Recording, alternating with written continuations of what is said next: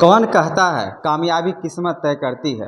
कौन कहता है कामयाबी किस्मत तय करती है। इरादों में दम हो तो मंजिलें भी झुका करती है। तो हेलो बच्चों, आप लोग को स्वागत है आपका अपना चैनल विद्यारूपण एकेडमी में। आज हम लोग इस वीडियो में बात करने वाले हैं क्लास 10th का इंट्रोडक्शंस वाले वीडियो है, और वो चैप्टर का नाम है आपका pair of linear equation in two variable. तो बच्चों, ये इंट्रोडक्शन वीडियो है, आप इसे ध्यान से सुने, समझें और आप तय करें आपको कितना समझ में आया है। ठीक है बच्चों, तो ये चैप्टर 3 है मैथमेटिक्स का, pair of linear equations in two variables. तो चलिए हम लोग शुरू करते हैं इसके कुछ बेसिक फंडामेंटल, जो कि आपको एनसीईआरटी का बुक की बात करें या और भी कोई रेफरेंसेस बुक की बातें करें, जिससे आपको आसान तरीके से क्वेश्चंस बन जाएगा। इसीलिए आपको इंट्रोडक्शंस वाले वीडियो आपको देखने चाहिए। ठीक है, तो अगर हम बात करें pair of linear equation in two variable का, जैसे कि आप पढ़ चुके होंगे, क्लास 9th भी पढ़ चुके होंगे, जिसमें बताया गया होगा जो पेयर का मतलब क्या होता है, दो। अब लीनियर इक्वेशन टू वेरिएबल्स की बात करें तो अभी तक हम लोग पढ़ रहे थे सिर्फ सिंगल वेरिएबल। सिंगल वेरिएबल्स का मतलब क्या, जैसे अगर बात करें जैसे 2x + 3, मान लीजिए हमने इक्वल टू रखा 4 रखा, तो यहाँ पे आपको क्या नज़र आ रहा है, सिर्फ और सिर्फ एक x का वैल्यू नज़र आ रहा है। ठीक है बच्चों, लेकिन अगर इसको हम सॉल्व करें, अगर एक x है मतलब एक ही वेरिएबल हुआ, एक ही यहाँ पे लिटरल दिख रहा है, तो इसका मतलब हुआ 1 ही वेरिएबल हुआ। जब आप इसको सॉल्व करेंगे तो आपको क्या मिलने वाला है, 4, ये प्लस में उस तरफ चला जाएगा 3।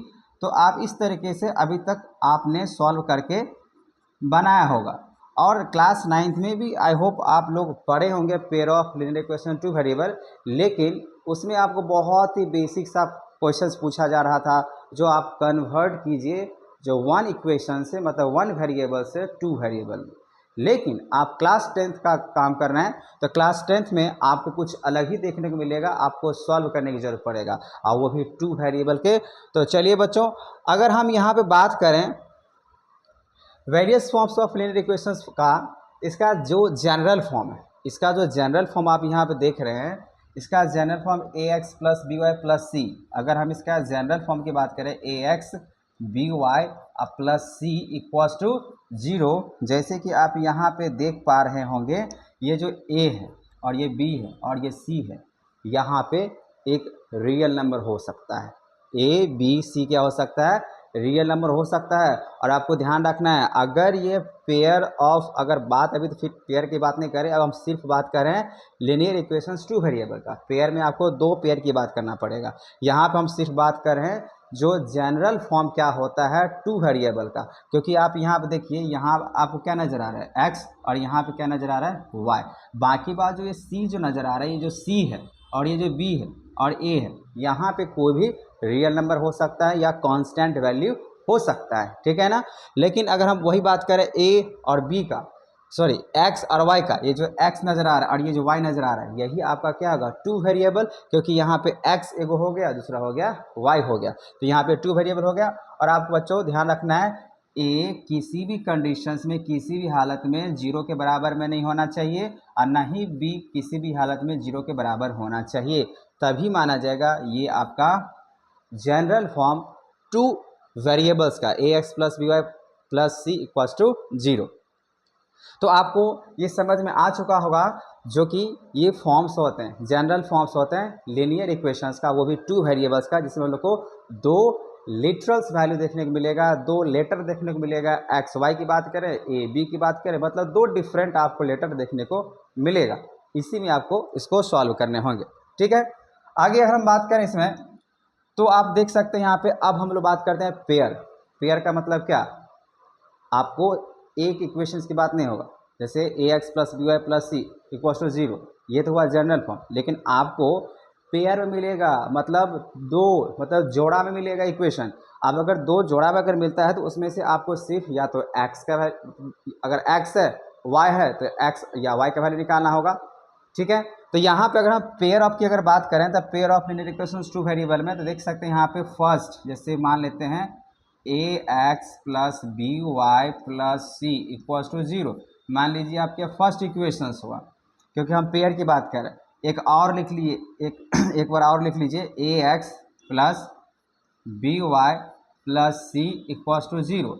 अब ये मान लीजिए सेकेंड इक्वेशंस हुआ, लेकिन क्या है ना, अगर इसको आप ऐसे लिखेंगे तो थोड़ा सा अलग क्या उसको बोलते हैं, पता नहीं चल पाएगा क्या है नहीं है। इसके लिए यहाँ पे सपोज करना पड़ता है, ये हुआ आपका फर्स्ट इक्वेशन का 1, मतलब a1 इसको मानना पड़ता है, इसको b1, इसको c1, इसको मानेंगे a2, इसको मानेंगे b2, इसको मानेंगे c2। अब ये क्या हुआ, pair of linear equation in two variables का हमने यहाँ पे फॉर्म लिखा, जनरल फॉर्म लिखा। अगर आप सिर्फ सिंगल की बात करते तो यहाँ पे एक पे मतलब एक ही का अगर बात करते तो ए एक्स प्लस बी वाई अब प्लस सी इक्वल्स टू क्या होता है 0। लेकिन पेयर में है, मतलब दो दो यहाँ पे इक्वेशंस आपको मिलने वाला है इस चैप्टर में सॉल्व करने के लिए, पेयर में मिलेगा, सिंगल नहीं मिलेगा।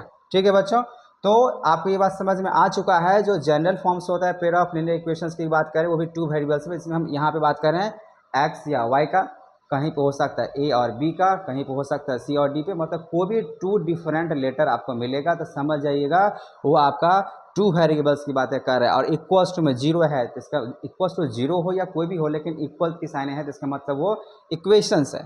ठीक है बच्चों, अब यहाँ पे सबसे मेन और इम्पोर्टेंट अगर बात करें टॉपिक है आपको इस चैप्टर को बनाने के लिए, तो आप पैसेंस के साथ ध्यान से सुने। अभी तक आप समझ चुके होंगे हम बात करें pair of linear equations in two variable, मतलब आपके पास दो दो इक्वेशंस मिलेगा, उस दोनों इक्वेशन में से एक्स अगर है या वाई है तो एक्स और वाई के वैल्यू आपको निकालने पड़ेंगे। ठीक है, ए और बी है तो ए और बी का वैल्यू निकालने पड़ेंगे। ठीक है बच्चों, अब यहाँ पे हमको इस चैप्टर में कितने तरीके से सॉल्व करना पड़ेंगे और किस तरीके से आपको इक्वेशंस मिलेंगे, तो चलिए हम लोग यहाँ पे देखते हैं। जैसे कि आप यहाँ पे देख पा रहे हैं आपके एनसीईआरटी बुक में यहाँ पे पेयर ऑफ लाइन्स यहाँ पे दिया हो, पेयर ऑफ इक्वेशन, जैसे यहाँ पे x minus 2y equals to 0, 3x plus 4y और माइनस 20 इक्वल्स टू 0 है। इसको अगर हम कंपेयरिंग रेशियो करें, ये आपका हो जाएगा फर्स्ट इक्वेशंस, ये हो जाएगा फर्स्ट और ये हो जाएगा आपका सेकेंड इक्वेशन। इसमें अगर हम आपको कंपेयरिंग रेशियो के बताएं, देखिए कॉफिशिएंट लिखना पड़ता है, इसके पीछे अगर मान लीजिए कुछ भी नहीं तो कितना हुआ 1, अब ये क्या है 2। उसके बाद यहाँ पे सी की बात करें तो सी की वैल्यू आपको नज़र नहीं आ रहा है, उसके जगह क्या लिख सकते हैं 0। ठीक है, क्योंकि हम कंपेयर करने की बात कर रहे हैं तो आप ये आपका फर्स्ट इक्वेशंस के हिसाब से बन रहा है। तो फर्स्ट इक्वेशंस में आपने अभी क्या देखा, जो a1x plus b1 y plus में c इक्वल्स टू क्या होता है 0 होता है।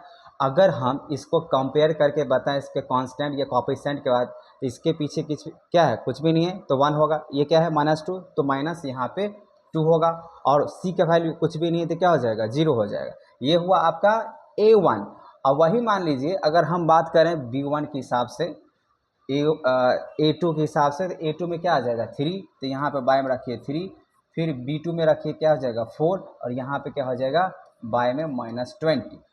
तो ये तो हमने लिखा यहाँ पे कंपेयर करने के लिए जो कांस्टेंट वैल्यू है वो सारे वैल्यू। इसको कैसे लिखना होता है, a1 बाय a2। अब मान लीजिए इक्वल्स है या नहीं अभी पता चलेगा, पहले इसको देखिए a1 कहाँ से आया है, तो ये इसको बोलेंगे इसके पीछे कुछ भी नहीं तो क्या हो जाएगा a1, फिर नीचे में अगर बात करिए क्या हो जाएगा a2, ये क्या हो जाएगा b1, ये क्या हो जाएगा b2, और ये क्या हो जाएगा, यहाँ पे कांस्टेंट वैल्यू नहीं है, मतलब c का बात करें तो 0 है तो 0 ही की बात कर लेंगे। उसके बाद यहाँ पे आ जाएगा आपका, ऐसे लिख सकते हैं compare ratio b1 by b2 equals c1 by c2। अब इसी तरीके से मैंने यहाँ पे कंपेयर करके लिखा।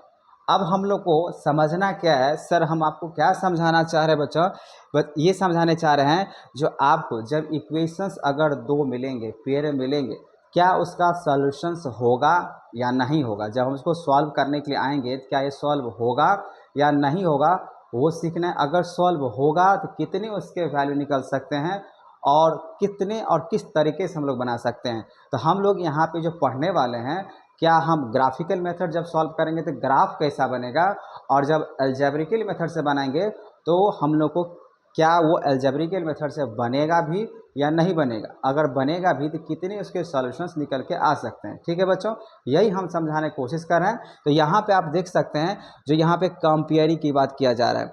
अगर फर्स्ट केस में क्या बोला गया, फर्स्ट केस में बोला जा रहा है आपसे, अगर a1 by a2 not equal to अगर रहा b1 बाय b2 का, ध्यान समझिएगा, ये तो आपने समझ आ गया ये किस तरीके से लिखा गया, पहले हम लोग कंपेयरिंग करते हैं। A1 मतलब फर्स्ट इक्वेशन को बोलते हैं A1, सेकेंड इसका हम लोग बोलेंगे B1, इसको क्या बोलेंगे C1।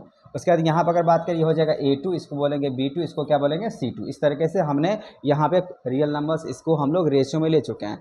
अब यहाँ पे कंडीशंस क्या अप्लाई करना है, if A1 by A2 not equal to B1 by B2, अगर आपका ये जो वैल्यू दिख रहा है, आपको जो वैल्यू ये दिख रहा है, ये वाला वैल्यू अगर मान लीजिए अगर आपका A1 by A2 not equal to B1 by B2 रहा, तो आपको जब आप इस ग्राफ को बनाएंगे, इस वाले इक्वेशंस को लेकर जब आप ग्राफ तैयार करेंगे, तो ग्राफ में आपको नज़र आएगा दो लाइन इंटरसेक्शंस कर रहा है, क्योंकि यहाँ पे दो इक्वेशंस है, इसीलिए दो आपको स्ट्रेट लाइन, क्योंकि लीनियर इक्वेशंस में हमेशा जो ग्राफ बनता है वो स्ट्रेट बनता है। ठीक है बच्चों, आपने पॉलिनोमियल्स में समझ रखा है। तो यहाँ पे दो इक्वेशंस है, इसी वजह से यहाँ पे दो ग्राफ बनेगा। अगर बनेगा, जब ग्राफ तैयार करेंगे जब इस कंडीशंस के हिसाब से, तो ग्राफ पे आपको कैसा नज़र आएगा, इंटरसेक्टिंग लाइन, कुछ ऐसा नज़र आएगा। जब ऐसा नज़र आएगा ये तो ग्राफिकली हुआ। जब हम इसको अलजेब्रिकली अगर जब बनाएंगे तो उसमें सिर्फ और सिर्फ आपको यूनिक सॉल्यूशन नजर आएगा। यूनिक सॉल्यूशन का मतलब होता है कोई एक ही वैल्यू आएगा। जैसे x का अगर मान लीजिए कुछ अगर है या y का अगर कुछ है, तो कोई एक ही वैल्यू निकल के आएगा। ये नहीं x का बहुत सारा निकल के आ गया या y का बहुत सारा निकल के आ गया, ऐसा नहीं होगा। ठीक है, तो आप फर्स्ट यहाँ पे समझ गए कंडीशंस। अगर A1 by A2 not equal to B1 by B2 अगर रहा, तो ग्राफिकली कैसा बनेगा, इंटरसेक्टिंग बनेगा। और इसका अलजेब्रिकली जब इंटरप्रिटेशंस की अगर बातें करेंगे, सॉल्यूशन सेट करेंगे, तो यूनिक सॉल्यूशंस बनाएगा। ठीक है बच्चों, वही अगर हम बात करें आप लोगों के लिए, तो यहाँ पे देखिए सेकंड क्या कह रहा है, सेकंड कह रहा है अगर आपका A1 by A2, A1 by A2 की अगर बातें करें, A1 बाय A2 की बातें करें और B1 बाय B2 इक्वल्स रहा C1 बाय C2 का, तब कैसा ग्राफ बनेगा, तो बनेगा यहाँ पे कोइंसिडेंट बन जाएगा, कोइंसिडेंट लाइन बन जाएगा। इसका जो सॉल्यूशंस होता है वो क्या होता है, इनफाइनाइट मैनी सॉल्यूशंस हो जाता है। ठीक है बच्चों, तो कैसे बनेगा सब हम अभी आपको समझाने वाले हैं। फिलहाल ये समझ लीजिए A1 by A2 equals to B1 by B2 equals to C1 by C2 अगर होता है, जब हम इसका ग्राफ बनाएंगे, जब इस इक्वेशंस लेकर अगर हम ग्राफ बनाएंगे, तो यहाँ पे क्या हो जाएगा, कोइंसिडेंट लाइन बनेगा। कोइंसिडेंट लाइन का मतलब होता है कि एक लाइन पहले से था और उसी लाइन पे दूसरा लाइन भी क्या हो गया, ओवरलैप हो गया। उसी लाइन पे क्या हो गया, दूसरा लाइन ओवरलैप हो चुका है, उसको बोलते हैं कोइंसिडेंट लाइन होना। और जब इसको हम लोग अलजेब्रिकली बनाएंगे, तो इसका जो सॉल्यूशंस होगा वो बहुत सारे निकल के आ जाएगा, मतलब मैनी सॉल्यूशन। मतलब x का ही अगर वैल्यू करें तो बहुत सारे निकल सकते हैं, y की अगर बात करें तो बहुत सारे निकल सकते हैं, इसीलिए इसके बहुत सारे सॉल्यूशन निकल के आता है। जैसे कि आपने फर्स्ट में देखा, अगर A1 by A2 not equal to रहता है B1 बाय B2 में, तो वो ग्राफ में इंटरसेक्ट कर जाता है और अलजेब्रिकली सिर्फ और सिर्फ एक ही सॉल्यूशन लेके देता है। ठीक है बच्चों, वही अगर हम तीसरा कंडीशंस की अगर बातें करें इस चैप्टर के लिए, तो बोला गया है अगर A1 by A2 equals B1 by B2 not equal to C1 by C2, अगर इस कंडीशंस के हिसाब से कंपेयर कर रहे हैं, अगर आपके पास जो इक्वेशंस दिया गया है, इस इक्वेशंस को जब कंपेयर करेंगे इस तरीके से, तो अगर ये मान लीजिए स्टार्टिंग का A1 बाय A2 और B1 बाय B2 दोनों बराबर है, इक्वल चल रहा है, और लास्ट वाला जो है B1 by B2 not equal to हो गया C1 बाय C2, तो इसका मतलब ये है जब हम इसको ग्राफ बनाएंगे तो ग्राफ में जो दो लाइन होगा वो दो लाइन क्या हो जाएगा, एक दूसरे का पैरेलल हो जाएगा, ऐसा आपको देखना है। अब जब हम इसको अलजेब्रिकली अगर सॉल्यूशंस करेंगे क्या हो जाएगा, नो सॉल्यूशन। चलिए बच्चों, हम आपको ये एनसीईआरटी का जो दिया गया है ना, इसी को आपको सॉल्व करके दिखाते हैं, ये कंडीशंस को क्या फुलफिल हो रहा है या नहीं हो रहा है। जैसे कि आप यहाँ पे देख रहे हैं, आपके पास पेयर ऑफ इक्वेशंस दिए हैं और कह रहा है जब आप ग्राफ बनाइएगा तो इंटरसेक्टिंग लाइन। आपको हम सिर्फ यहाँ पे ग्राफ बना के दिखा रहे हैं कैसे इंटरसेक्टिंग हो जा रहा है या नहीं हो जा रहा है। उसके लिए आपको जो दो टेबल बनाने की ज़रूरत है। तो मान लीजिए यहाँ पर अगर बात करें टेबल नंबर 1, जो कि इस इक्वेशंस की बात किया जाएगा, जो x minus 2y equals to 0। अब इसका अगर हम टेबल लेके अगर बना दें, x और y का वैल्यू निकाल लें, कम से कम चलिए आपको हम 3 वैल्यू लेके बताते हैं, ठीक है ना। उसके बाद हम टेबल नंबर 2, टेबल नंबर 2 कहने का मतलब ये हुआ हम दूसरे इक्वेशन के लिए बात कर रहे हैं। तो दूसरा इक्वेशन आपके पास क्या है, 3x + 4y - 20 = 0 है। अब बस एक आपको एग्जांपल लेकर हम समझा दे रहे हैं, जो अगर ग्राफिकली देखते हैं इंटरसेक्टिंग हो रहा है या उसका एग्जैक्टली वन सॉल्यूशंस कैसे होगा वो भी हम लोग बात करेंगे। लेकिन बच्चों आपको ये कंडीशंस ध्यान रखना पड़ेगा, ये जो कंडीशंस है कंपेयरिंग रेशियो का ये आपको ध्यान रखना पड़ेगा। आपके पास क्वेश्चंस रहेगा और आप कंपेयर कर सकते हैं, और कंपेयर करने के बाद आप जब बनाना शुरू करेंगे तो आप देखिएगा कुछ इसी तरीके से आपको निकल के आएगा। ठीक है, अगर मान लीजिए हम इस इक्वेशंस को अगर कुछ इस तरीके से लिख लें, x = 2y, क्यों, क्योंकि हम -2 था उसको हम उधर भेज दिए 2y हुआ। अगर मान लीजिए अगर हम मान के चलते हैं अगर y के वैल्यू अगर 0 है, अगर हम y की वैल्यू अगर 0 अगर लेते हैं तो x का भी क्या हो जाएगा 0। वही अगर मान लीजिए अगर हम x का y के वैल्यू अगर 1 लेते हैं, 1 अगर लिए तो आप देखिए x वैल्यू कितना निकल के आ गया 2। वही अगर मान लीजिए अगर आपने y के वैल्यू लिया आपने 2, ये जो हम रख रहे हैं यहाँ पे ये y का वैल्यू, तो यहाँ पे y के वैल्यू 2 रखने से आपका 2 2 जा 4 हुआ, इसका मतलब x वैल्यू कितना निकल के आ जाएगा 4। तो हम फर्स्ट टेबल को कंप्लीट कर लिए। आप लोगों को पता होना चाहिए जो ग्राफ होता है ना वो कोऑर्डिनेट ज्योमेट्री के हिसाब से, जिसमें हम लोग जो है ना एब्सिस और ऑर्डिनेट्स के हिसाब से बनाते हैं, ग्राफ तैयार करते हैं, ठीक उसी तरीके से इसमें भी हम लोग को इसके कोऑर्डिनेट्स को प्लॉटिंग करके निकालने पड़ेंगे, फिर देखना पड़ेगा ग्राफ कैसे बनता है। ठीक है, तो हमने यहाँ पर टेबल 1 तैयार कर लिया। अगर हम टेबल 2 की अगर बातें करें तो इसमें भी हमको x और y एटलीस्ट कम से कम 3 निकाल लेने हैं। अब यहाँ पे आपके पास इक्वेशन दिया हुआ है 3x + 4y - 20 = 0 दिया हुआ है। चलिए आप यहाँ पे अगर x का वैल्यू 0 लेते हैं, देख लेते हैं, तो x की जगह आप क्या रख दीजिएगा 0 + 4y - 20 है = 0, ये तो 0 हो जाएगा। 4y अब ये -20 है उस तरफ जाएगा तो +20, इसको कटा लीजिए, यहाँ पे y की वैल्यू कितना हो जाएगा 5, इसका मतलब ये हुआ y हो जाएगा 5 हो जाएगा।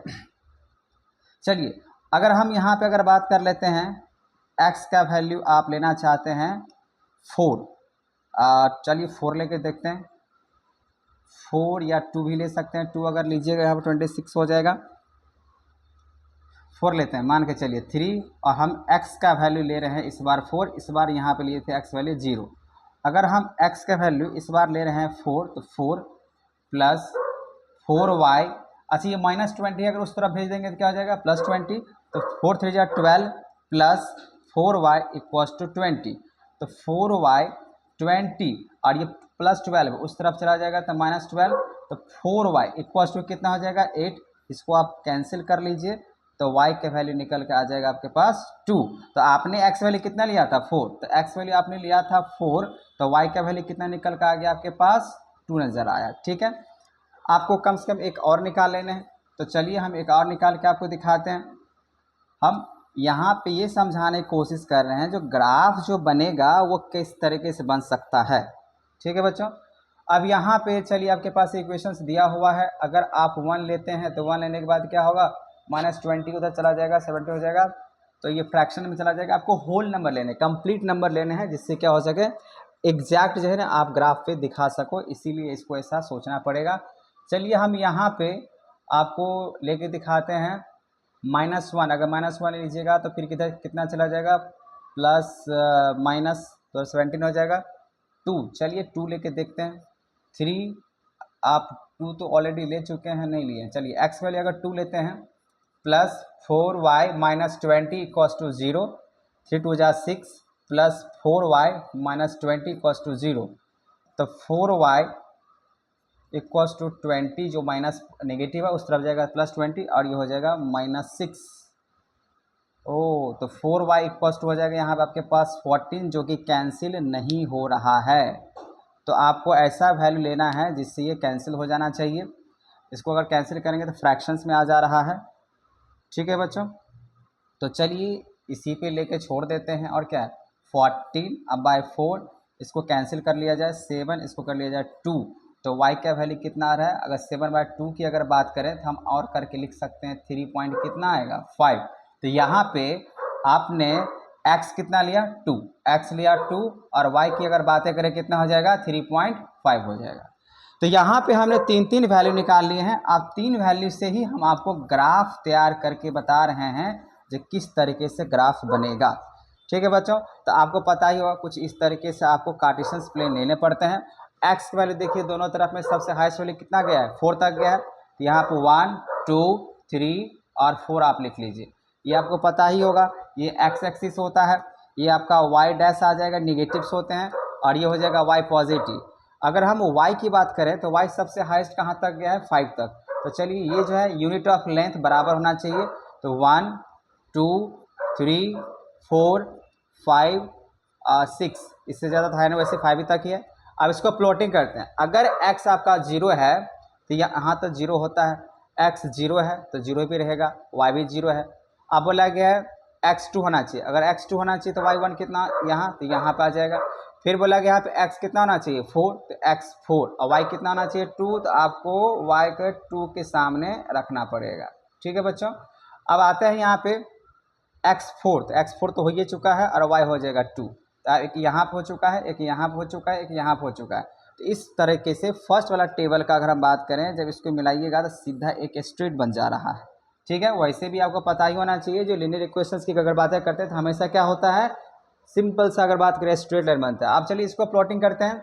यहाँ पे क्या होगा, अगर x की वैल्यू अगर 0 है और y की वैल्यू अगर 5 है तो आपका y की वैल्यू 5 तो यहाँ पे आ जाएगा।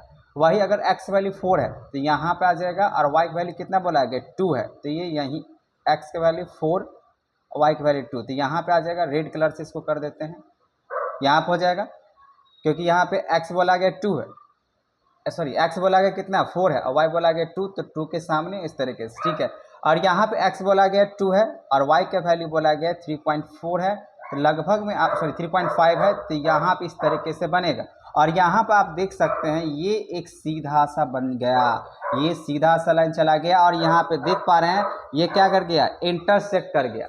यहाँ पे ये क्या कर गया, इंटरसेक्ट कर गया। मतलब आपने फर्स्ट कंडीशन जो मैंने आपको बताया जो इंटरसेक्ट कर जाएगा, अगर a1/a2 not equal to b1/b2 अगर रहा तो वो क्या कर जाएगा, इंटरसेक्ट कर जाएगा। और यहाँ पे अगर ग्राफिकली अगर आपसे पूछ दिया जाए जो सॉल्यूशंस निकालिए ग्राफिकली, तो देखिए आप क्या कीजिएगा, अगर आपसे क्वेश्चन पूछ दिया जाएगा, जैसे हम यहाँ पे इस क्वेश्चन को लिए हैं, ठीक है ना, अगर आप इसी में बोल दिया जाएगा इसको कृपया आप समझाएं ग्राफिकली, तो आप क्या करेंगे, समझाए नहीं, आपको बताना पड़ेगा, सॉल्यूशंस करना पड़ेगा ग्राफिकली। तो इसी तरीके से आपको टेबल 1 टेबल 2 निकाल लेने हैं, प्लॉटिंग कर लेने हैं। अब हम आपको बताते हैं यहाँ पे जो ग्राफिकली इसमें वैल्यू कितना निकल के आएगा, मतलब ये x का वैल्यू कितना होगा और y का वैल्यू कितना होगा, अभी हम आपको निकाल के दिखा रहे हैं। देखिए इंटरसेक्शन जो आप देख रहे हैं कहाँ पर कर रहा है, यहाँ पे, मतलब 4 के सामने, और इधर किस पे कर रहा है इंटरसेक्शंस, y मतलब 2 के सामने। इससे यही पता चलता है कि x का जो वैल्यू होगा ना वो कितना निकल का आ जाएगा 4, और y का जो वैल्यू निकल का आ जाएगा वो कितना हो जाएगा 2। हो गया, आपका आंसर आ चुका है। ठीक है, अगर आपको ग्राफिकली अगर दे दिया जाए, तो अगर क्वेश्चन में पूछ दिया जाए जो आप इस इक्वेशन को, मतलब इस तरीके से इक्वेशन आपको मिलेगा पेयर ऑफ टू वेरिएबल में, और पूछ दिया जाएगा आप बताएं मुझे इसका ग्राफिकली मेथड से, तो आप क्या करेंगे, टेबल बनाएंगे, 2 टेबल बनाना पड़ेगा क्योंकि पेयर में है, और उसके बाद इसको प्लॉटिंग कर लेंगे। ठीक है बच्चों, प्लॉटिंग करने के बाद जहाँ पे भी इंटरसेक्शंस मिलेगा, इंटरसेक्शन जैसे मान लीजिए यहाँ पे हम 4 के हिसाब से किए हैं, 4 पे मिल रहा है, तो ये कौन सा एक्सिस है, एक्स एक्सिस है ना, इसीलिए एक्स वैल्यू कितना हो जाएगा 4, और ये जो इंटरसेक्शन हुआ है किसके सामने हुआ है, वाई के सामने हुआ है, और वो भी क्या, तो 2, इसीलिए वाई की वैल्यू कितना हो गया 2। तो आई होप आपको ये ग्राफिकल मेथड भी यहाँ पे समझ में आ गया होगा। और हम ये जो समझाने की कोशिश कर रहे थे, जब आपके पास ऐसा इक्वेशंस मिलेगा जब उसको आप कंपेयर करेंगे a1/a2 not equal to b1/b2, तो आपका इंटरसेक्टिंग लाइन बनेगा ग्राफ पे, और एग्जैक्टली 1 ही सोल्यूशन निकल के आता है एल्जेब्रिकली, जो कि हम आगे ही बात करने वाले हैं। और यहाँ पे भी सेम उसी तरीके से जब इसको आप ग्राफ बनाएंगे इस तरीके से फ्लोटिंग नंबर लेके कोऑर्डिनेट्स लेके, तो आपको ये कोइंसिडेंट करेगा। अब कोइंसिडेंट क्या मैंने बताया, जब आप ग्राफ बनाएंगे तो हो सकता है एक लाइन दूसरे लाइन पे क्या हो जाएगा, ओवरलैप हो जाएगा, लेकिन ग्राफ हमेशा स्ट्रेट लाइन वाला ही बनाएगा क्योंकि लीनियर इक्वेशन है। उसी तरीके से अगर बात करें, जब अब इसको सॉल्व करने की कोशिश करेंगे, जो कंडीशंस यहाँ पे दिया हुआ है a1/a2 और B1/B2 not equal to C1/C2, तो इसमें जो ग्राफ बनेगा तो कैसे बनेगा, वो बनेगा पैरेलल, मतलब एक लाइन पहले से ड्रॉ हुआ और दूसरा लाइन क्या हो जाएगा, इसके पैरेलल बन जाएगा। ऐसा 100% श्योर हो जाएगा। तो आपको याद कर लेना है, ठीक है। क्या याद कर लेना है, ये वाले कंडीशंस। अगर A1/A2 not equal to B1/B2 होता है तो इंटरसेक्टिंग लाइन्स होगा, इसका अलजेब्रिकली यूनिक सोल्यूशन बनता है। वही अगर हम बात करें A1/A2 equals B1/B2 equal C1/C2, तो इसका मतलब हो जाता है कोइंसिडेंट कर जाता है, ओवरलैप कर जाता है एक दूसरे पे, और इसका जो सोल्यूशंस होता है वो मैनी सोल्यूशंस होता है। और वही बात करें A1/A2 equals to B1/B2 not equal to C1/C2, क्या हो जाता है, पैरेलल लाइन्स हो जाता है, इसका कोई भी अलजेब्रिकली सॉल्यूशन निकल के नहीं आएगा। ठीक है बच्चों, चलिए आगे बढ़ते हैं यहाँ पे। और यहाँ पे कुछ चीज़ें हैं जो कि आपको समझना पड़ेगा। जैसे कि हमने अभी बात की है, a pair of linear equations can be represented graphically by two straight line. आपको बता ही दिए, हमेशा दो स्ट्रेट लाइन से ही हम लोग जो है ना लीनियर इक्वेशंस टू वेरिएबल के ग्राफिकली को बना के दिखा सकते हैं। या तो क्या होगा, या तो इंटरसेक्ट कर जाएगा, या तो कोइंसिडेंट कर जाएगा, मतलब उसी पे ओवरलैप कर जाएगा, या तो क्या हो जाएगा, वो पैरेलल हो जाएगा। इस तरीके से तीन बातें हो सकता है ग्राफिकली। जब इंटरसेक्शंस अगर होता है तो यूनिक सोल्यूशन निकलता है, और जब यहाँ पे एक दूसरे के अगर कोइंसिडेंट कर जाता है, ओवरलैप कर जाता है, तो वहाँ पे मैनी सोल्यूशंस होता है। और जहाँ पे अगर मान लीजिए एक लाइन दूसरी लाइन के अगर पैरेलल अगर हो गया तो नो सोल्यूशन, यहाँ तो मैनी सोल्यूशन हो जाएगा, यहाँ पे नो सोल्यूशन। अब इसी चीज़ को थोड़ा सा और समझिए, जब इंटरसेक्टिंग लाइन्स होता है तो यूनिक सोल्यूशंस होगा, और इसको हम लोग कंसिस्टेंट सिस्टम सोल्यूशन भी कह सकते हैं। कंसिस्टेंट कब होगा, कंसिस्टेंट सिस्टम कब होगा, जब A1/A2 not equal to B1/B2 रहेगा तब होगा, और यहाँ पे A1/A2 equals B1/B2 equals C1/C2 ये भी रहेगा, तो ये दोनों को आप बोल सकते हैं कंसिस्टेंट सॉल्यूशंस हो जाएगा। और जब ये कंसिस्टेंट सिस्टम या कंसिस्टेंट सॉल्यूशन के हिसाब से बातें करें, ये तो आपको पता है यूनिक सॉल्यूशन एक ही कोई सॉल्यूशन निकलेगा, इसमें बहुत सारे सॉल्यूशंस निकल के आता है, लेकिन इसको आप बोल सकते हैं कंसिस्टेंट है, इसको भी आप बोल सकते हैं कंसिस्टेंट है। और जहाँ पे पैरेलल लाइंस होता है वहाँ पे क्या बनता है, इनकंसिस्टेंट सिस्टम हो जाता है। ठीक है बच्चों, चलिए हम आगे बढ़ते हैं। अब आगे हम लोग को यहाँ पे pair of linear equations two variables को अगर बातें करें, अगर हम सॉल्व अगर करते हैं तो कितने मेथड से करते हैं, एक करते हैं ग्राफिकल मेथड से, और दूसरा जो हम लोग सॉल्व करते हैं अलजेब्रिकली मेथड से। जैसे कि हमने आपको अभी अभी बताए हैं जो ग्राफिकल मेथड से कैसे सॉल्व किया जा सकता है। तो फिलहाल के लिए हम यहाँ पर तो एग्जाम्पल्स लिए हैं जो आपको ग्राफिकल मेथड से सॉल्व करके दिखा दें, लेकिन आप मान लीजिए अब ये एग्जाम्पल लिए हैं, बस हम आपसे ये पूछने की कोशिश करेंगे कि किस टाइप का यहाँ पे ग्राफ बनेगा।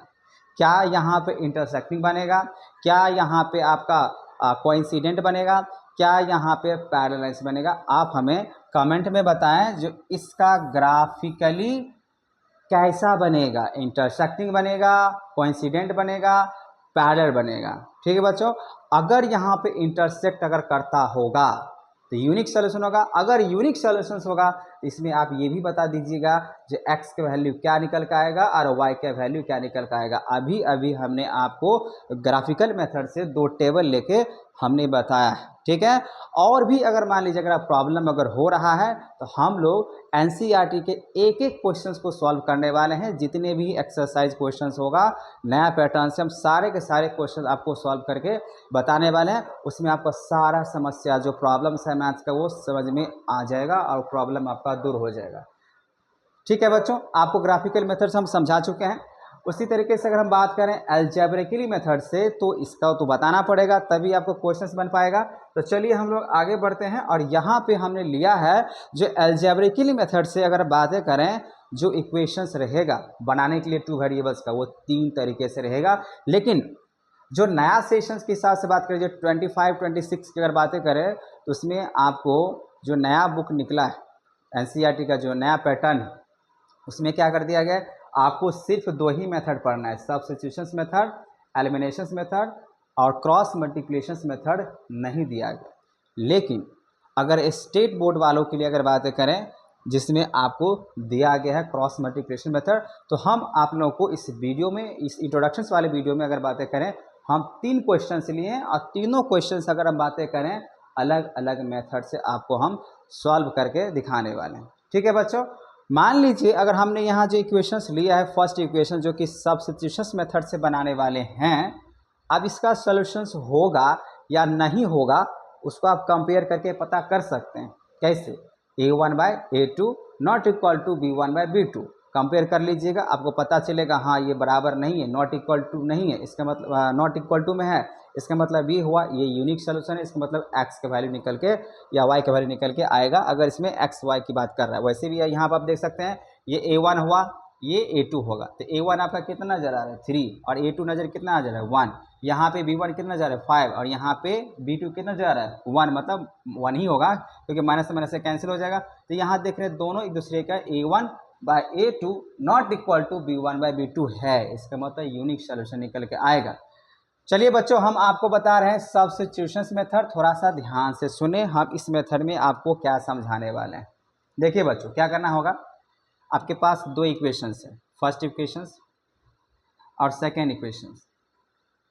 अब ये फर्स्ट इक्वेशन और सेकेंड इक्वेशंस की अगर हम बातें करें, ये फर्स्ट इक्वेशंस हुआ और ये कौन सा इक्वेशंस हुआ, सेकेंड इक्वेशन।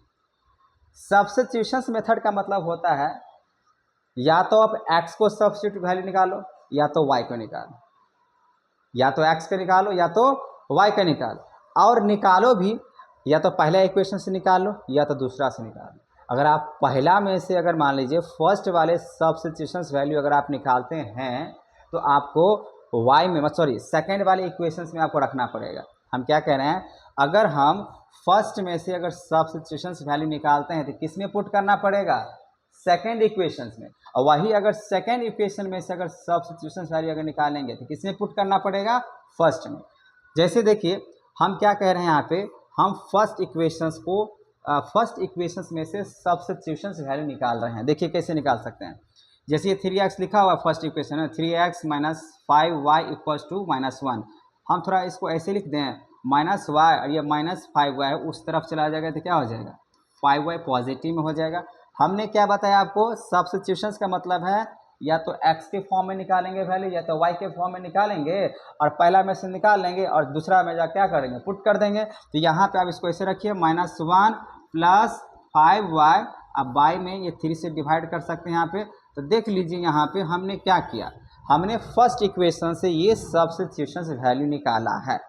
अभी जो फर्स्ट इक्वेशन से x का हमने सब्स्टिट्यूशन वैल्यू निकाला है, अब ये इक्वेशन मुझे क्या करना होगा, इस सेकंड जो इक्वेशन दिख रहा है इसमें पुट करना है, इसमें पुट नहीं करना है। जब ये इक्वेशन जब इसमें पुट कर लीजिएगा ना तो दोनों तरफ बराबर आ जाएगा, मतलब वो पता नहीं चलेगा x का वैल्यू कितना है और y का वैल्यू निकल ही नहीं पाएगा।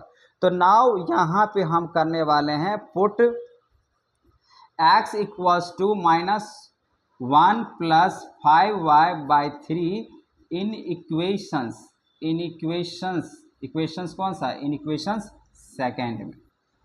हम ये जो x इक्वल्स टू जो सब्स्टिट्यूशन वैल्यू है यहाँ पे नाउ लिखना पड़ेगा, जो substitute value x equals to जो है -1 प्लस 5y/3, ये वाला वैल्यू को किसमें पुट करना है, सेकेंड इक्वेशन। आपके पास सेकेंड इक्वेशन क्या है बच्चा, x minus y equals to -1। तो चलिए यहाँ पे हम x, ये जो x नज़र आ रहा है, हम ये वाला इस x का वैल्यू यहाँ पर रखेंगे, इसमें x का। तो चलिए x वैल्यू कितना हमने यहाँ पर सब्स्टिट्यूट निकाला है, -1 प्लस 5y, अब y में 3, और ये x पता चल गया, ये वाला वैल्यू हमने यहाँ पर सब्स्टिट्यूट कर लिया, कौन सा इक्वेशन में, सेकेंड इक्वेशन में। फिर ये -y इक्वल्स टू कितना आ जाएगा, -1, इसके आगे इस तरीके से होगा। ठीक है बच्चों, अगर हम इसको आपको सॉल्व करें तो देखिए क्या होगा, इसको अगर हम सॉल्व करके आपको बताएं, इसमें से y का वैल्यू निकल कर क्योंकि y नज़र आ रहा है 3, इसके पीछे कुछ भी नहीं है तो मान लीजिए 1 होगा, तो इसका एलसीएम कितना हो जाएगा 3 -1 प्लस 5y, यहाँ पर 1 है तो 1 से वैसे मल्टीप्लाई करें तो माइनस यहाँ पर कितना हो जाएगा 3y इक्वल्स टू -1। अब इसको थोड़ा सिंप्लीफाइड करें, -1 प्लस 5y माइनस 3y, तो हो जाएगा आपके पास +2y। अब y में 3 है, अगर क्रॉस मल्टीप्लाई करके आप लेके जाते हैं तो -3 हो जाएगा।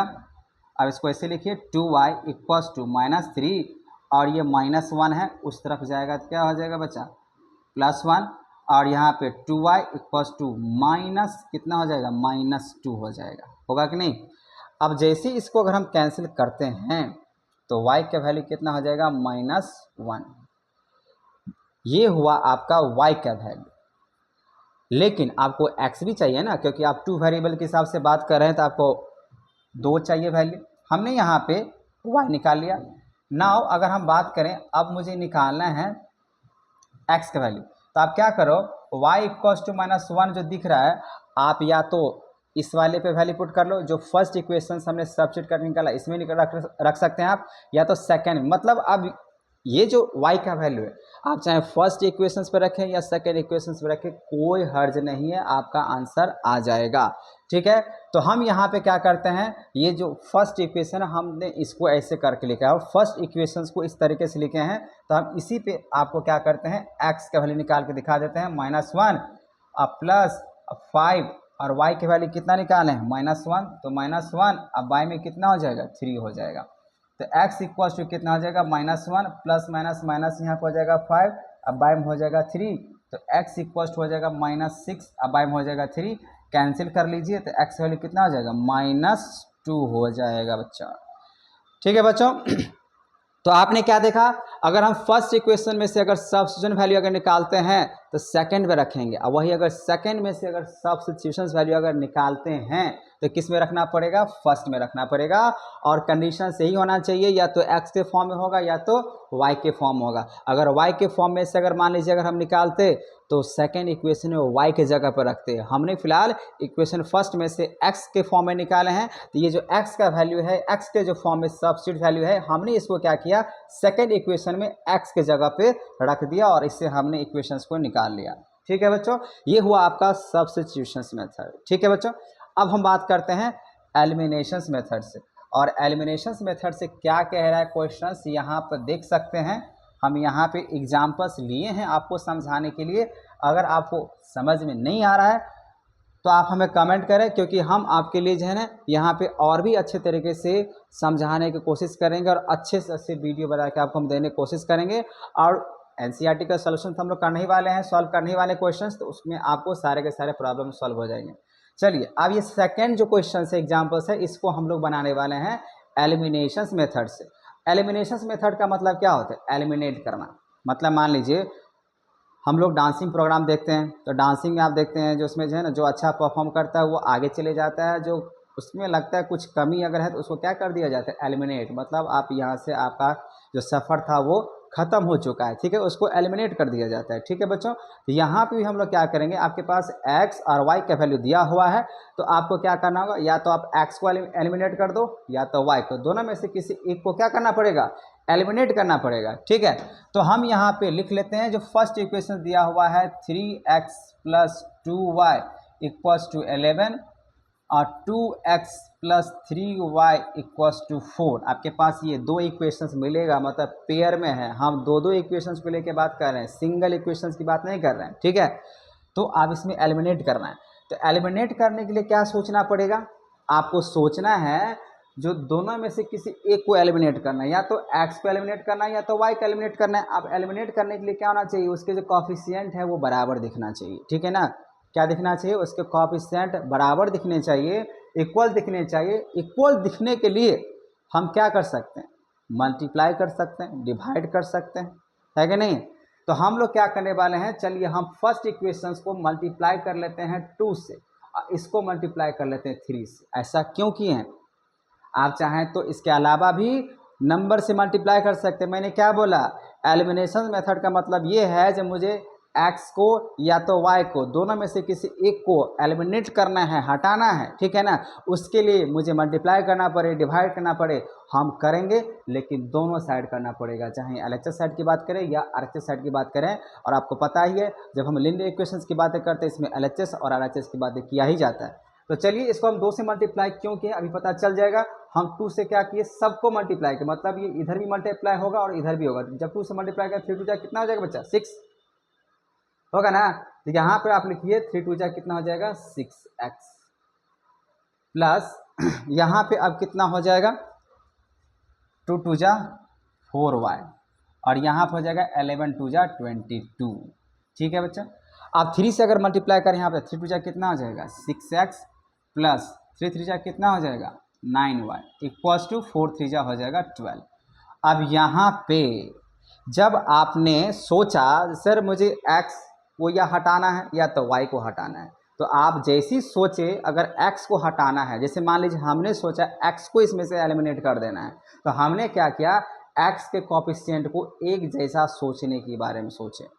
मतलब ये हम यहाँ 3 देखें तो हमने सोचा इसको 2 से अगर मल्टीप्लाई कर देंगे यहाँ पर 6 आ जाएगा, और यहाँ पे 2 है तो हम इसको अगर 3 से मल्टीप्लाई कर देंगे 6 हो जाएगा, जिससे क्या होगा मुझे इसका कोएफिशिएंट जो दिख रहा है ये दोनों बराबर दिखेगा। जब ये बराबर दिखेगा तो हम क्या करेंगे अब इसको घटा लेंगे, मतलब ये जो दो इक्वेशंस है अब ये दोनों इक्वेशंस को क्या कर लेंगे यहाँ पे सब्ट्रैक्ट कर लेंगे।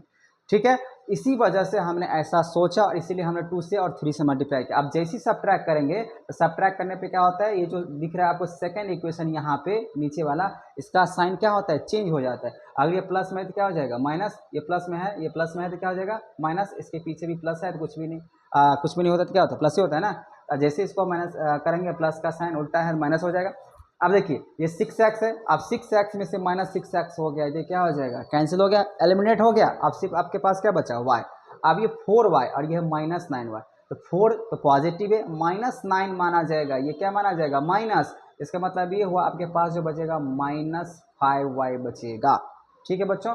अब यहाँ पे 22 में से अगर आप 12 को माइनस करते हैं तो आपके पास कितना बचेगा पॉजिटिव में 10 बचेगा। अब y का वैल्यू निकालना है क्योंकि y ये ना बचा यहाँ पे, तो 10 अब y में हो जाएगा 5, और ये नेगेटिव का जो साइन दिख रहा है आपको इस कांस्टेंट में लगाने हैं, वेरिएबल्स में नेगेटिव का साइन नहीं लगाने हैं। अगर इस तरीके से अब कैंसिल कर लीजिए तो y का वैल्यू कितना नज़र आ रहा है आपके पास -2 नज़र आ रहा है।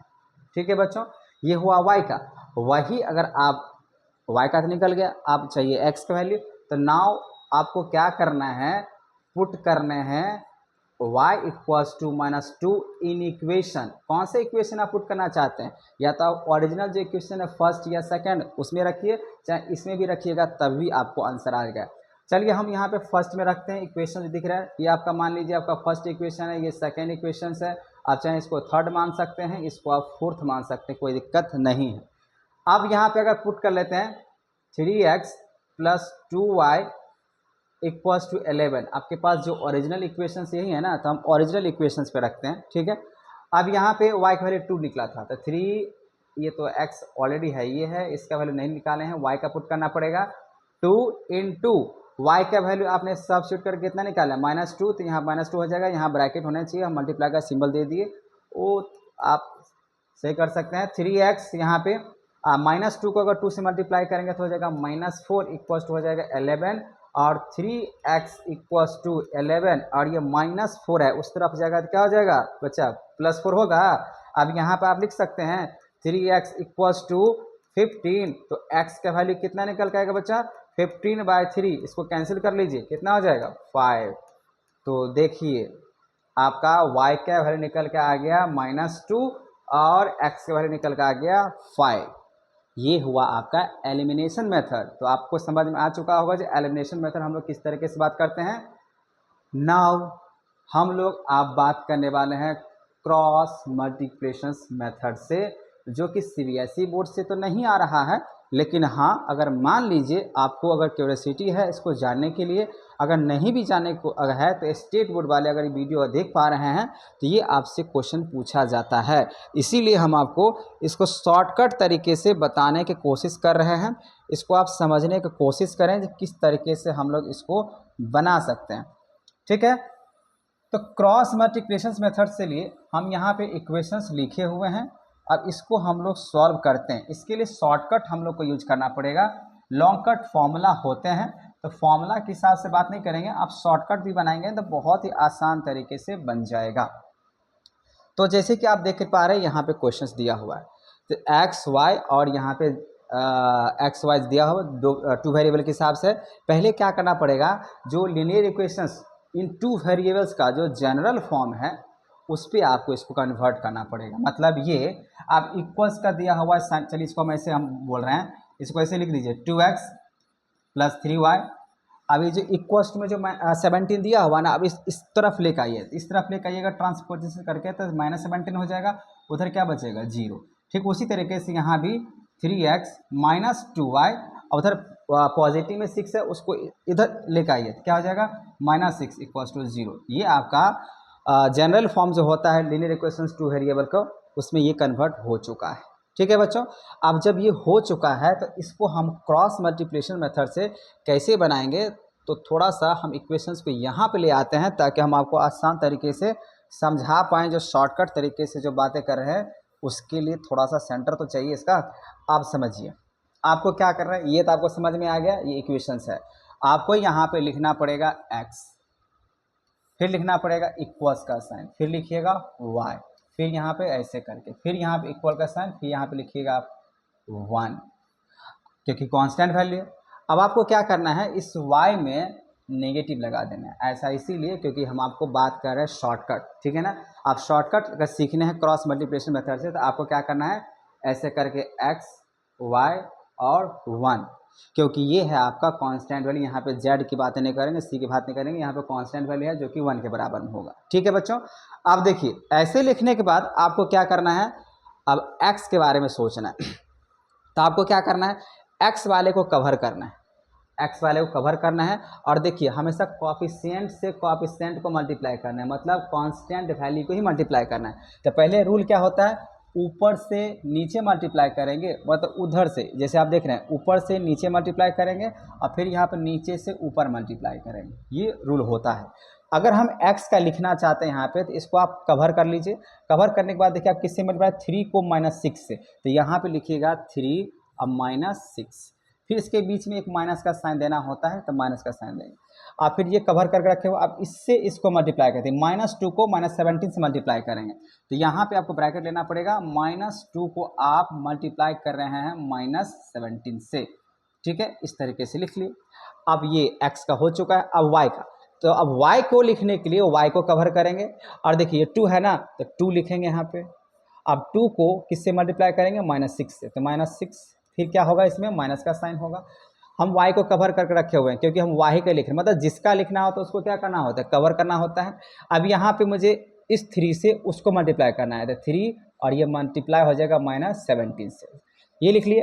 अब मान लीजिए हमको कांस्टेंट वैल्यू लिखना है, ये कांस्टेंट वैल्यू है ना, इसको आप कवर करें। अब इसको जैसे कवर किए तो ऊपर से नीचे, तो 2 को अगर मान लीजिए मल्टीप्लाई करते हैं -2 से, तो यहाँ -2 रखेंगे, फिर माइनस का साइन, फिर इसके बाद 3 से हम मल्टीप्लाई करेंगे इस 3 से, तो 3 इंटू हो जाएगा आपके पास, ये 3 हो जाएगा, ठीक है, 3 इंटू 3, जैसे कि आप देखें दोनों पॉजिटिव है, इसी वजह से ऐसा होगा। तो आप यहाँ तक तो समझ में आ गया। अगर x को लिखना पड़ता है तो x को कवर करेंगे, ऊपर से नीचे की मल्टीप्लाई करेंगे, फिर नीचे से ऊपर की मल्टीप्लाई करेंगे। सेम उसी तरीके से y का लिखना है तो y को कवर करेंगे, ऊपर से नीचे मल्टीप्लाई करेंगे। जो बच गया तीनों आपके पास है ना, तो बचा हुआ क्या है, ये x का कांस्टेंट और ये x वाला और ये कांस्टेंट वाला, तो आपको इससे करना था और इसको इससे करना था। अब बस हो गया, ये लिखना सबसे मेन चीज़ था। अब इसको कैलकुलेशंस करते हैं। तो कैलकुलेशंस करने के लिए क्या करना पड़ेगा, x 3 को -6 से मल्टीप्लाई करेंगे तो -18, और ये -2 को -17 से मल्टीप्लाई करेंगे तो +34। अब +34 को इससे आप माइनस पर करते हैं तो -34 ही हो जाएगा। अब यहाँ -y -6 को 2 से मल्टीप्लाई करेंगे तो -12। अब -17 को अगर -3 के साथ मल्टीप्लाई करेंगे तो हो जाएगा +51 हो जाएगा, इक्वल्स टू 1 रखना पड़ेगा। अब 2 को -2 से करते हैं तो -4, और -3 को 3 से करेंगे तो -9 हो जाएगा। ठीक है बच्चों, अब यहाँ पे इसको थोड़ा और सिंप्लीफाइड कर लेते हैं। तो x बाय, अब ये नेगेटिव में है तो नेगेटिव नेगेटिव जोड़ना पड़ेगा, तो 4 और 8 हो जाएगा, यहाँ पे 12 और 3 + 1 4, और एक और जोड़ लेते हैं, यहाँ पे हो जाएगा 5 - 52 इक्वल्स टू -y। आप 51 में से अगर आप माइनस कर रहे हैं 12, क्योंकि पॉजिटिव 51 है, हम लोग तो यही निकाले हैं। 73 जा 51, माइनस माइनस पॉजिटिव हो जाएगा, ये माइनस में रहेगा। अब 11 में से 2 गया तो हो जाएगा 9, और ये बचेगा 4 में से 1 गया तो हो जाएगा 3, तो यहाँ पर हो जाएगा 39 इक्वल्स टू, यहाँ पे हो जाएगा -13। यहाँ तक तो बात समझ में आ गया बच्चों। अब आपको क्या करना है, एक बार ये जो x है, x - 52 जो दिख रहा है, आपको एक बार x को इस कांस्टेंट के साथ रखना पड़ेगा, ठीक है बच्चों। और y निकालने के लिए -y/39 इसको इक्वल टू किसके बराबर रखना पड़ेगा, इस कांस्टेंट का। मतलब ये x के बराबर में ये कांस्टेंट की वैल्यू रखना पड़ेगा, y के बराबर में भी कांस्टेंट वैल्यू रखना पड़ेगा जो कि 1 वाला है, ऐसे लिखना पड़ेगा। अब इसको सॉल्व कर लीजिए आप। ये बराबर में है तो सामने सामने अगर है इक्वल का साइन दिया तो इसको आप इससे कैंसिल कर सकते हैं। तो यहाँ पे कितना बचेगा 4, यहाँ पे 1। आप क्रॉस मल्टीप्लाई करेंगे बच्चा तो x वैल्यू कितना हो जाएगा 4। इसका मतलब ये हुआ क्रॉस मल्टीप्लिकेशन मेथड से x वैल्यू कितना निकल के आया 4। इसको आप कैंसिल कर लीजिए, यहाँ पे कैंसिल हो जाएगा। तो 13 3 जा ये 3 हुआ और ये माइनस है, ये माइनस है, इधर भी माइनस है, इधर भी माइनस है, माइनस माइनस वैसे भी कैंसिल हो जाएगा। तो y की वैल्यू कितना हो जाएगा 3 हो जाएगा, ठीक है बच्चों। तो ये था क्रॉस मल्टीप्लिकेशन मेथड से। तो आपको करना क्या है, बस यही एक जगह x फिर y और ये 1 रखना है, लेकिन y पे माइनस का साइन लगाना है क्योंकि ये शॉर्टकट है, क्योंकि इसका फॉर्मूला होता है। तो फॉर्मूला से हम बात नहीं कर रहे हैं, आपको शॉर्टकट बता रहे हैं, इसीलिए यहाँ पे माइनस लगाना पड़ेगा। आप फॉर्मूला से बनाना चाहते हैं तो फॉर्मूला आपको एक्सरसाइज क्वेश्चंस के दौरान हम आपको सारे फॉर्मूला, वही सारे फॉर्मूला इसमें है नहीं, बस ये क्रॉस मल्टीप्लिकेशन का फॉर्मूला है वो आपको मिल जाएगा।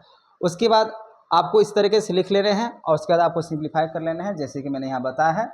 यही होता है cross multiplication method. I hope आपको ये क्रॉस मल्टीप्लिकेशन मेथड थोड़ा बहुत समझ में आ गया होगा। आया है या नहीं आया है आप हमें कमेंट करें, हम आपको दोबारा समझाने की कोशिश करेंगे। अब हम लोग यहाँ पे इंट्रोडक्शंस के लास्ट पड़ाव पे आ चुके हैं। करना क्या है, वो क्या है, तो वो है आपका वर्ड प्रॉब्लम। तो इस चैप्टर को बनाने के लिए जो वर्ड प्रॉब्लम है वो कौन कौन से प्रॉब्लम से फेस करना पड़ेगा, तो आपको जो क्वेश्चंस मिलेगा वो मिलेगा एज प्रॉब्लम। जब हम लोग वर्ड प्रॉब्लम क्वेश्चंस को सॉल्व करेंगे, एप्लीकेशन बेस्ड क्वेश्चन को सॉल्व करेंगे, तो आपको क्या मिलेगा एज से रिलेटेड, मतलब यही जो 2 ईयर ओल्ड 3 ईयर ओल्ड, ठीक है ना, प्रेजेंट एज, बिफोर एज, तो इसका बात चलेगा। हम लोग सॉल्व करेंगे क्वेश्चन तो समझ में आ जाएगा।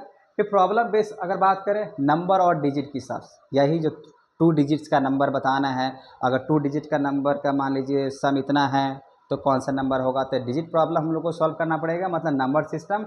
और हम लोग को इस चैप्टर में सॉल्व करना पड़ेगा डिस्टेंस, स्पीड, टाइम से रिलेटेड वर्ड प्रॉब्लम क्वेश्चन को सॉल्व करना पड़ेगा। और सॉल्व करना पड़ेगा कमर्शियल मैथमेटिक्स, जैसे प्रॉफिट लॉस, ठीक है ना, या कितना जो है ना हम चेयर खरीदे हैं उस पर इतना रुपया अगर दे रहे हैं तो चेयर का कॉस्ट क्या होगा, ठीक है। इस तरीके से कमर्शियल जो मैथमेटिक्स होते हैं, प्रॉफिट लॉस, कंपाउंड इंटरेस्ट, इस टाइप के क्वेश्चन जो है ना हम लोग को लीनियर इक्वेशन में सॉल्व करने को मिलेगा। और साथ ही साथ ज्योमेट्री और मेंसुरेशन का मिलेगा। ज्योमेट्री मतलब ये जो मान लीजिए कोई दिया हुआ यहाँ पे उसका लेंथ को बढ़ा दिया गया है, ठीक है ना, उसके हाइट को घटा दिया गया है, तो क्या उसका जो है ना एक्चुअल लेंथ था या ब्रेथ था वो निकालना पड़ेगा। फिर मेंसुरेशन से क्या बातें करें, वही एरिया ऑफ रेक्टेंगल, स्क्वायर, ठीक है, रोम्बस, इस टाइप के क्वेश्चंस आपको इस वर्ड प्रॉब्लम सॉल्व करने को मिलेगा। तो आई होप बच्चों आपको जो है ना ये इंट्रोडक्शन वीडियो थोड़ा सा लंबा बन गया, लेकिन आपको समझ में आ चुका होगा। जब हम लोग नेक्स्ट वीडियो में बातें करेंगे एक्सरसाइज क्वेश्चंस का, तो आपको और अच्छे तरीके से क्लियर हो जाएगा, ठीक है बच्चों। तो मेहनत करना ही आपको जो है ना पहला कर्म होना चाहिए, क्योंकि सफलता उसी को मिलता है, सफलता उसी को मिलता है जो मेहनत करता है। तो आई होप आपको समझ में आ चुका होगा। Thank you.